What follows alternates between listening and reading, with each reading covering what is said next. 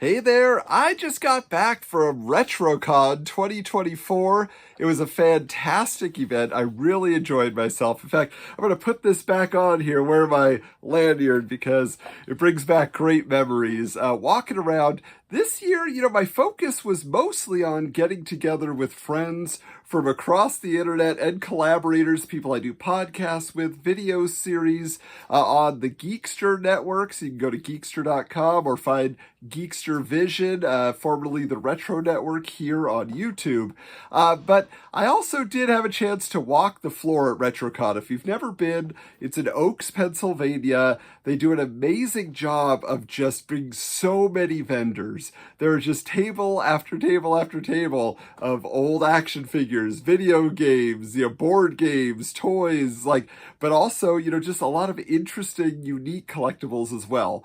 So I tell you that only to say I had a lot to choose from, and I was very selective this year. Initially, my plan was to actually go get some VHS tapes autographed they had, some members of the cast of Night of the Comet, Catherine Mary Stewart, Kelly Maroney were there, but photographs were a lot, and even an autograph was a lot, and I decided, I don't know, I think I'm going to hold on to my money here, as well as that would go, having a nice moment there.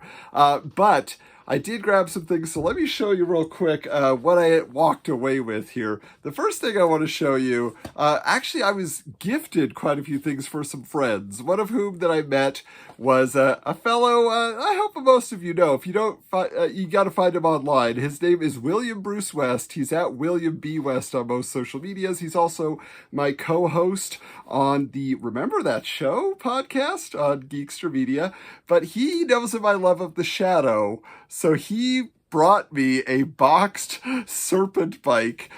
Do I already have it? Yes, but this one is still sealed. It's ready to roll, so that was fun just to grab that. It also was the biggest item that I could fit in my bag to actually bring home with me. The other thing that he gave me, though, he was recently a guest on the Geekster Geek Out podcast, where he was talking all about boy bands. So he brought me this movie called Long Shot, a movie produced by Lou Pearlman, the guy behind Backstreet Boys and NSYNC and so many other pop artists of the late 90s. He says it's terrible, but I have to watch it. It is a piece of history. Speaking of movies, though, so Will brought with him his friend Mike, who I had never met before, and Mike had contacted Will prior to this. He's like, I listened to your show. I know Adam collects VHS tapes. Do you think he would want the entire Prom Night series on VHS? The answer is yes. So here is the classic, right? Jamie Lee Curtis there. But how about Prom Night 2? Yes, Hello, Mary Lou, Prom Night 2. I actually already had a copy of this, but I am more than happy to have a second copy because it is so much fun to watch, just to back up. But the one I almost bought for myself right before I got that message was Prom Night 3. Yes, Prom Night 3. I mean, I had never seen it. The Last Kiss, it's called. I wanted to track it down for myself, and now I have a chance to watch it this year for Halloween. So, Mike, thank you for that. The last one here is Prom Night 4, which apparently kind of goes to a more serious slasher tone of some sort. I had dinner with my buddy Chad Young of Horror Movie Barbecue, and he loves this franchise. He's actually why I know about Hello, Mary Lou, Prom Night 2. He says this one's terrible. He got angry having to discuss it when I showed him these tapes. Now, some other stuff that I walked away with, though, VHS tape-wise, there were lots of booths that had, tapes for sale. There was a Punky Brewster animated series 3-tape set, only $30. I say only, I mean, that's a pretty good price, but I already have one of those tapes. I actually might have 2 of those tapes, so I didn't really need them. And then I was looking around, I was like, I could buy VHS tapes, but then obviously I already have too many, and they take up a lot of room in my bag. So when I ended up with these, they were only $2 a piece. Might be a strange choice, but Working Stiffs with Michael Keaton and Jim Belushi. I've never heard of this movie. So I've lately come around to a lot of obscure Michael Keaton films. So I'm going to have a film festival pretty soon to see his work, pre-Batman, pre-Mr. Mom. Also, this Claymation Dinosaurs special released by Golden Book.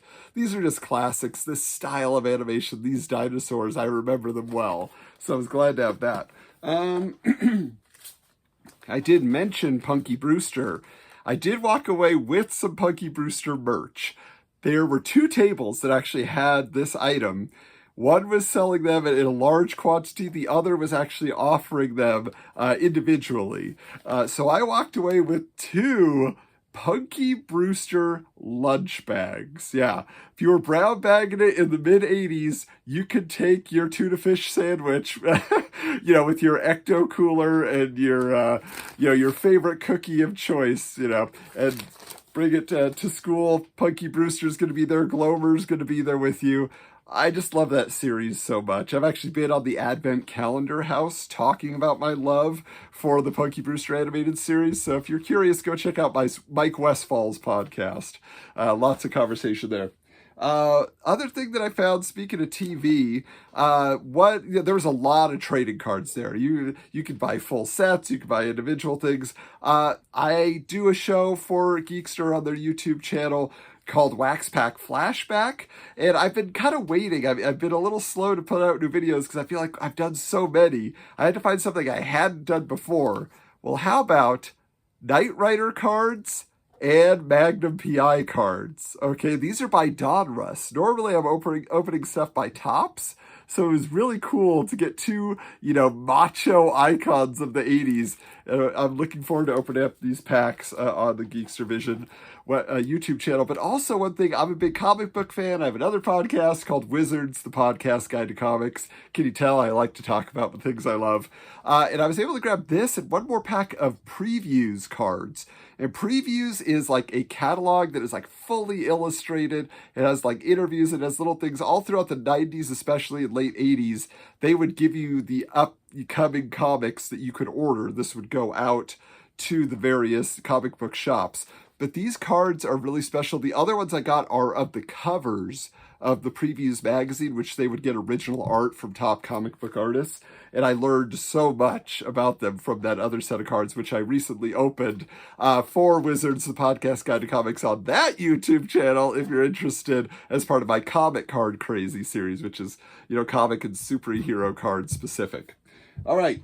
Getting to the bottom here, I will say, speaking of comics, I did actually have a situation where I was walking around and there were these $5 8 comic packs of mystery comics, okay? And it said like Image, Marvel, DC Comics, and so forth. So I did grab it and I opened it. I'm not going to show you everything here because I did that exclusively on the Patreon for Wizards, the Podcast Guide to Comics, but there was an issue of Savage Dragon in there and a lot of other cool things. So that was just fun. I love the mysteries, just like opening up trading cards, opening up a mystery pack of comics. My kids have been really into Simpsons. Specifically, the Simpsons Sing the Blues album has been in constant rotation in our car, which still has a CD player. And so they have enjoyed that. And there was even a vinyl record copy at one of the booths of Simpsons Sing the Blues. I wanted it so bad, but it was $60. And also I couldn't quite fit a vinyl record into my luggage. But I was able to pick up a copy of Simpsons Songs in the Key of Springfield. I had this back in the day. I lost it. And my kids have been saying, I love Simpsons Sing the Blues, but those aren't from any of the episodes except for Moan and Lisa Blues. So now they can listen to this, and they've been getting a kick out of it. On the more obscure front, the final day on Sunday, as I was walking around, I happened upon this booth that I hadn't been able to visit yet before. And I was able to grab these Burger King Last Action Hero. They called them like 3D cups at the time, but they're kind of a lenticular thing. There's a thing that slides over, and when you turn it, it does like an animation thing. So there were a lot more cups than just these 2, but they were cheap, and I was excited to know they existed because I love Last Action Hero. Got a full trading card set, among other special items related to that film. So I even have a poster on my office door. So that was great.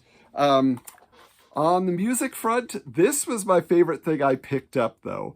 Howard the Duck, the cassette, as you can see, soundtrack. This is another movie that's very special to me. I've been to midnight screenings. I love the original songs in there, performed by Cherry Bomb, which is a great girl punk band, right? So this is great just to be able to listen. I collect a lot of VHS tapes when I go to thrift stores, but I have never come across that one. Last thing here as we close out, what was my big splurge? Look, like I said, I wasn't there to spend a lot, to buy a lot. It was the whole vibe, the whole experience, which was awesome. I ended up with something from my childhood, which is what the nostalgia is all about, what RetroCon is all about. I saw it on the first day, and I was able to talk him down on the second day, and that is Yoda, the Jedi Master, but not just any Yoda. This is the Magic 8-Ball Yoda. As you can see, a little bit of the water has evaporated over the years, but this was, you can shake it up, and then Yoda will tell you, what your future is going to be. So I was just excited to have this back in my life. I played with it a lot when I was a young child, and so now it will proudly be displayed on my shelf. Last thing I'll just say is the big prize I walked away with was something I could not even take home with me. I entered the karaoke contest, which they do every year. I performed in the past and had a lot of fun. This year it was Weird Al themed, and I sang Young, Dumb, and Ugly from his Alapalooza album, one of my favorite songs. And I was able to get up there and have a great time, and wouldn't you know it, I won first prize.